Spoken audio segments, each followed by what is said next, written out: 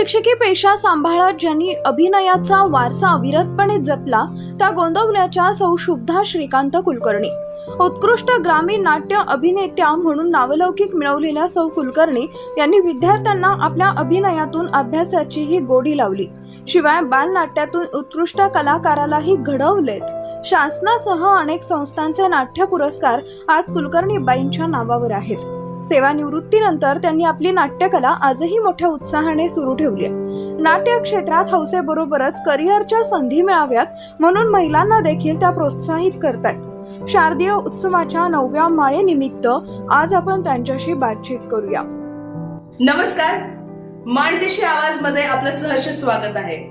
आम्ही घेऊन येत आहोत नवदुर्गा हे सेगमेंट नवरात्री निमित्त आणि आज आपण भेटणार आहोत सौ शुभदा कुलकर्णी, एक रिटायर्ड प्राथमिक शिक्षिका आणि ज्येष्ठ रंगकर्मी सौ शुभदा कुलकर्णी. नमस्कार मॅडम.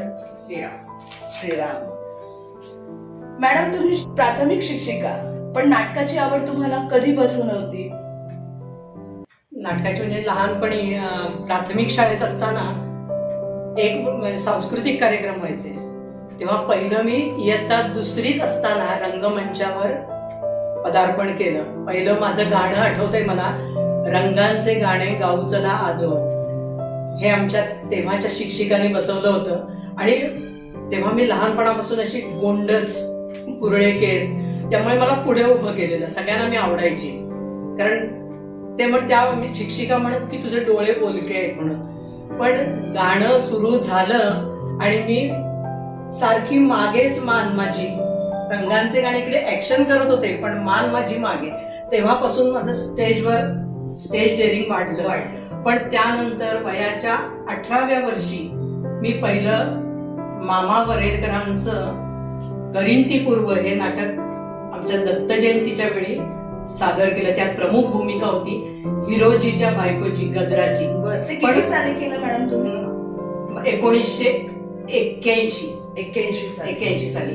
पण मला हे नाट्याभिनयाचं बाळकडू माझ्या आत्या आणि वडील यांच्याकडून मिळालं. माझे वडील दरवर्षी माझं कोकणात माहेर साखरपा, रत्नागिरी जिल्ह्यात, दत्त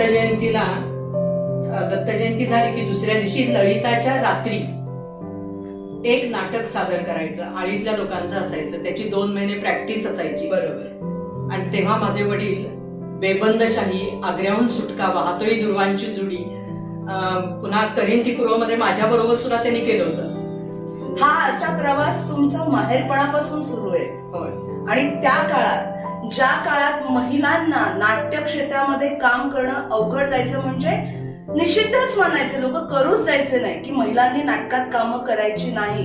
पण त्या काळातही तुम्ही ही कामं केलीत, तर त्याबद्दल खरंच म्हणजे खूप अभिमान वाटतो तुमचा.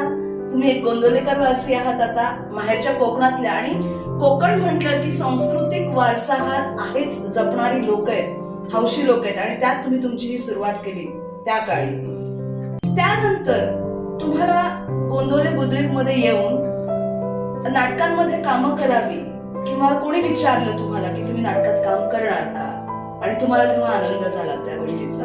आधी जेव्हा माझं लग्न ठरलं, आमचा दाखवण्याचा कार्यक्रम झाला एकमेकांना, तेव्हा तुला आवड कोणती असं माझ्या मिस्टरांनी विचारलं. तेव्हा तर मी म्हटलं नाटकात काम करण्याची आवड आहे. त्याच्या आधी मी कन्याई सासुऱ्याची जाई, करिंती पूर्व, दैवत अशी नाटकं सादर केली होती माहेरी असताना. आणि मग मी त्यांना विचारलं की तुम्हाला कुठली आवड आहे, तर ते म्हणाले मला पण नाटकाची आवड आहे. ते पण नाटकात काम करत होते आणि माझ्या कलेला जास्तीत जास्त पाठिंबा दिला यांनी. पण मला एक नाट्यकर्मी किंवा ज्येष्ठ नाट्यकर्मी भेटला, रमेश खांडेकर ही व्यक्ती. त्या व्यक्ती म्हणजे माझ्याकडे कला होती आमच्या दोघांच्यात, पण तिला प्रोत्साहन दिलं रमेश खांडेकर या व्यक्तीनं. आजपर्यंत माझा जो प्रवास आहे किंवा मला जी बक्षिसं मिळाली त्याचं सगळं श्रेय माझ्या कष्टाचं आहे. पण मला पाठिंबा दिला किंवा माझ्या याला व्यक्तिमत्वाला शोभेल अशी प्रमुख भूमिका ही बाईच चांगलं करतील असं नाटक निवडणं हे त्यांचं काम आहे. आणि त्यांनी ठरवलं म्हणून मला ते मिळालं. आणि मला तेव्हापासून म्हणजे त्यांनी मला अशी सवयच लावली की म्हणजे प्रमुख भूमिका असलेलं नाटक असेल तरच करायचं. आणि त्यांनी ते मला दिली पण संधी आणि मी ती पार पाडली. म्हणजे मला खात्री होती की मला मिळालेली भूमिका मी चांगल्या तऱ्हेनं पार पाडणार. बरोबर, अगदी. म्हणतात ना, प्रत्येक यशस्वी पुरुषाच्या मागे यशस्वी म्हणजे स्त्रीचा हातभार असतो. तर या यशस्वी स्त्रीच्या मागे त्यांच्या पतीचा आणि जे त्यांना रंगमंचावर आणणारे रमेश खांडेकर यांचा एक मोठा मोलाचा वाटा आहे, आपण असं म्हणू शकतो, हो की नाही? बरोबर. म्हणजे जर तुमच्याकडे कला असेल आणि त्याला जर वाव मिळाला तर अजून हा दुग्ध शर्करा योग काय म्हणावा. तुम्हाला सर्वात पहिले अभिनयाचं पारितोषिक कोणत्या नाटकासाठी मिळालं? पहिलं मला मिळालं रंगसावल्या. शन्ना नवरेंचं रंगसावल्या. त्या नाटकाचा नंबर आमच्या म्हणजे कराडला यशवंतराव चव्हाण स्मृती सदनात तो नाट्यप्रयोग सादर झाला स्पर्धेला, राज्य नाट्याला.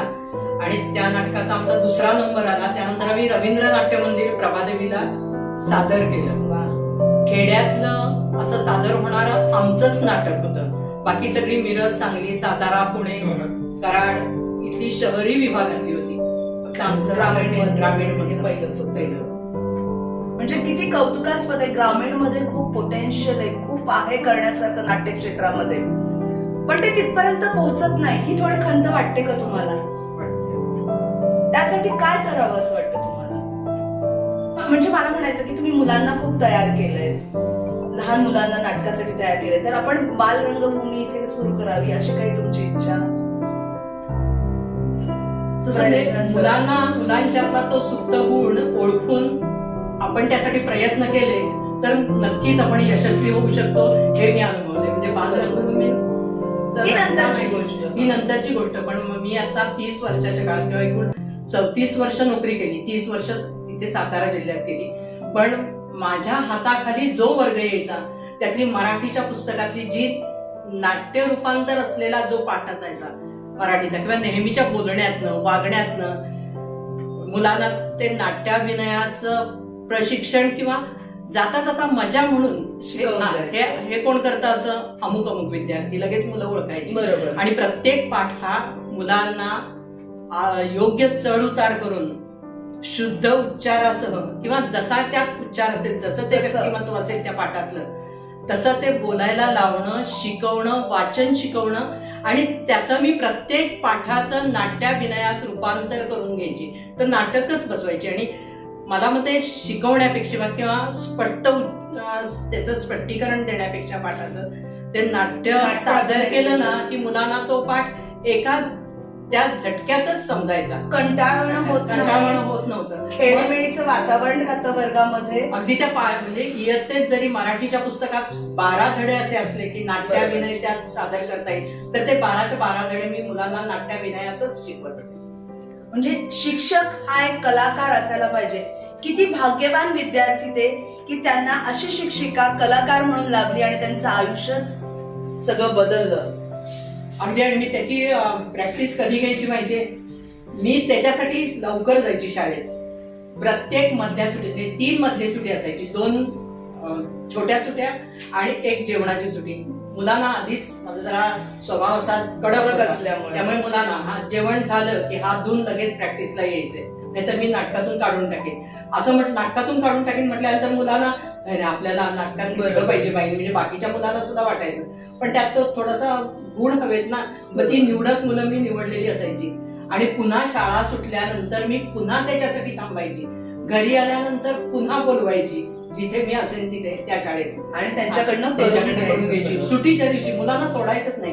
पण मुलं इतका अभिनय सुंदर करत की आमच्या जेव्हा बालनाट्य स्पर्धा असत मुलांच्या मिळालंच, तेव्हा मी जरी नाही गेले किंवा मला उशीर झाला, आमच्या संघाला उशीर झाला आणि सगळे संघ जर आधी येऊन थांबलेले असले की त्यांना आनंद व्हायचा की कुलकर्णीबाई नाहीत ना, मग आपला नंबर येणार. पण मी दिसले की सगळ्यांना अरे काय, म्हणजे नंबर कधीच सोडला नाही. आणि मला एवढी खात्री होती की मी जरी त्यावेळी उपस्थित नसले तरी माझं नाटक हे पहिलंच येणार, म्हणजे प्रथम क्रमांकाने. कोणीही परीक्षक असू देत नाहीतर पहिलंच येणार. आणि ह्या सगळ्यांना मला पाठिंबा सगळ्यात जास्त माझ्या या यशाचा वाटेकरी माझे पती श्रीकांत कुलकर्णी हे आहेत. अगदी अगदी खरंच आहे. म्हणजे संगीत आणि वेशभूषा पुन्हा रंगभूषा ही या तीन सगळ्या बाजू त्यांनी सांभाळल्या.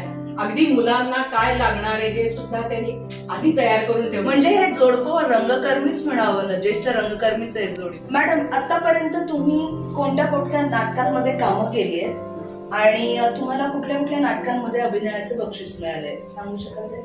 मी आतापर्यंत करीन ती पूर्व, कन्याई सासुऱ्यासी जाई, दैवत, रंग सावल्या, दुरितांचे तिमिर जाव, वाहतोय दुर्वांची जुडी, अग्निपथ, देवाशपथ खरं सांगेन, जीवन सूर्य, माझ्या घरात अनोळखी मी, अशी जवळजवळ 10-12 नाटकात कामं केली आणि प्रत्येक नाटकाची अशी 2-4 नाट्यप्रयोग सादर केले. अरे वा, छान.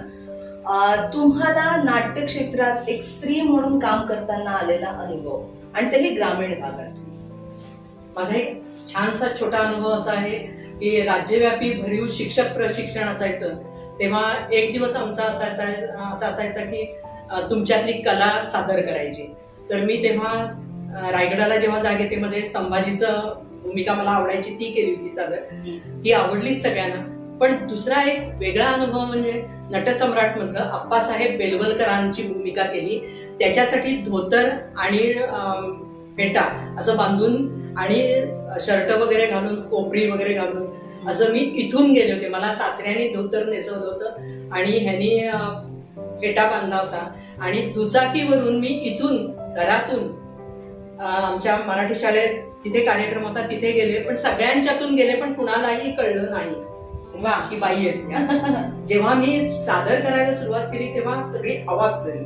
आवाजाने, तुमच्या आवाजाचा जो ठेराव आहे तुमचा किंवा आवाज आहे नटसम्राट, त्याच्यावरनं तुम्हाला, म्हणजे पुरुष स्त्री पात्र करतात ही वेगळी गोष्ट, पण स्त्री असून एक पुरुष पात्र तुम्ही सादर केलं हे खूपच कौतुकास्पद आहे तुमचं. आणि तुम्हाला आवडलेली तुमची भूमिका, त्याची आम्हाला जरा झलक बघायला आवडेल. मला आवडलेली भूमिका म्हणजे रंग सावल्या. त्यात मला रौप्य पदक मिळालं होतं अभिनयाचं. ती भूमिका मला फार आवडली आणि त्यातला मी डायलॉग म्हणून म्हणतो, नीच माणसा, या जीवाचा बळी घेऊन कुठला सूड उगवला असतो. अरे ज्यानं तुला जन्मभर सावलीसारखी सोबत केली त्याला आयुष्याच्या संध्याकाळी असं उजाड माळावर फेकून दिलंस. हे सगळं थंडपणे पाहताना तुझे डोळे मला फोडून टाकावेसे वाटतात. इथलं तुझं अभद्र अस्तित्व मला नष्ट करावंसं वाटतंय. नाही, तुझी एवढी सुद्धा लायकी नाहीये.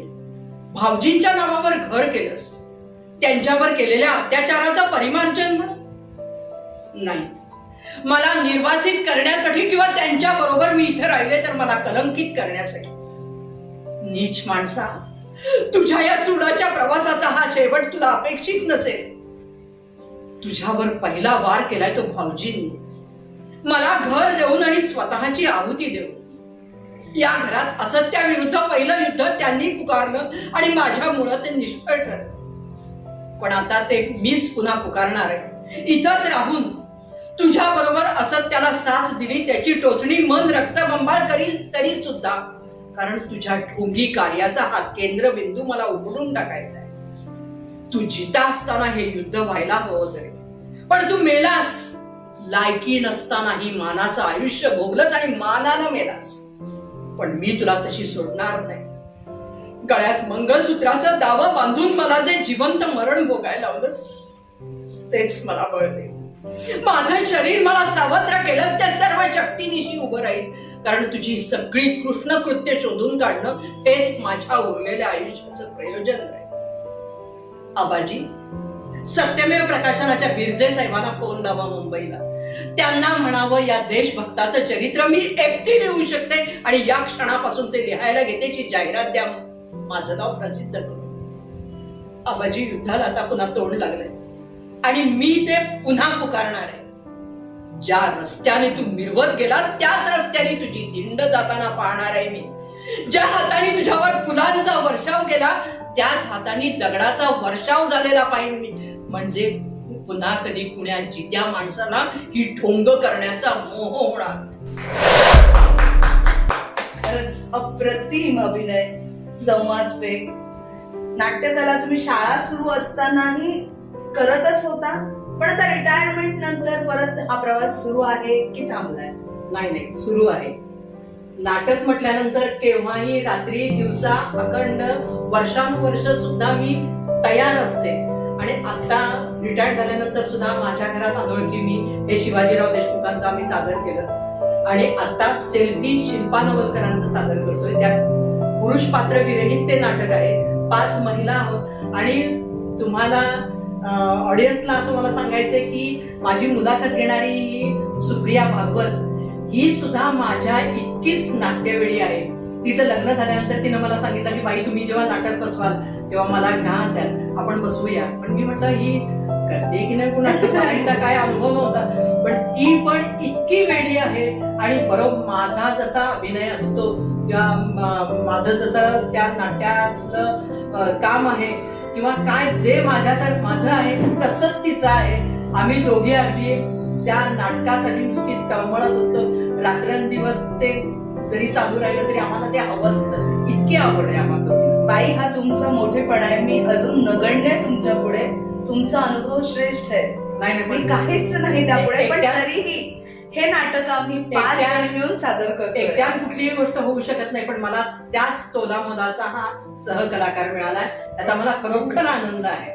म्हणतात ना कोकणातला फणस जसा असतो ना तसा मॅडमचा स्वभाव आहे. वरून जरी काटेरी असलं तरी आत व्यक्तिमत्व इतकं गोड आहे, इतकं फक्त त्यांची तळमळ आहे. नाटकासाठी वाटेल ते म्हणतो पण प्रेमासाठी वाटेल ते, तसं यांचं नाटकासाठी वाटेल ते. अशा या ज्येष्ठ रंगकर्मी शुभदा कुलकर्णी यांना नवदुर्गा प्रसन्न हो, नटराज प्रसन्न आहेच आहे त्यांच्यावर आणि सदोदित नटराजाचा हात त्यांच्या मस्तकावर राहो हीच नटराजाचरणी प्रार्थना. श्रीराम. धन्यवाद मॅडम, आपण इथे आलात आणि आपले अनुभव इथे मांडलेत. खूप आनंद झाला आपल्याला भेटून आणि तुमच्याकडनं असेच कलाकार घडवत आम्हालाही त्याचा लाभ मिळो. आम्ही तुमच्याकडनं खूप शिकतोय, शिकणार आहोतच. धन्यवाद. ग्रामीण भागातील नाट्य चळवळीत कायम सक्रिय असणाऱ्या आणि अभिनयातील लेडी नट सम्राट शुभदा कुलकर्णी यांच्या केलेल्या मानदेशी आवाजचा सलाम